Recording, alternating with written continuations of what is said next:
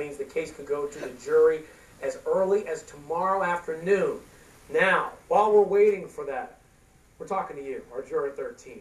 We're asking the question of the day. What do you think is the defense's most compelling testimony? But we're also bringing in Sonny Hostin, Beth Karras, and Gene Casares to answer those phone calls. You got the top trial team on television with you, and we're going to start with Kimberly. Kimberly, what did you think about the defense's side of the case?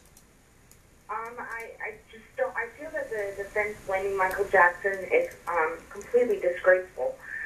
Even in a Dr. Big if Michael did swallow anything or use a syringe on himself, Murray was still out of the room, and Murray is still guilty because he left it in the room. He left the room. He left the stuff in Michael Jackson's reach, and Murray still gave him propofol outside of setting and did not monitor him properly.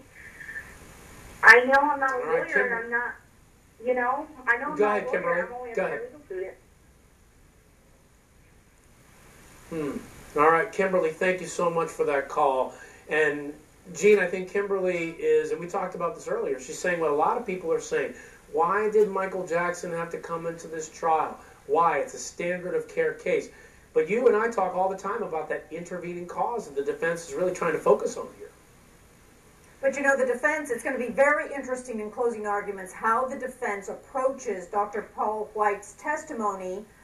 And I believe both aspects of it were stricken, so I guess they won't touch it. But it was out. The jury heard it, that he said that when Michael Jackson took the lorazepam, Conrad Murray was in another part of that room. And when Michael Jackson took the bolus injection, he was in the hallway.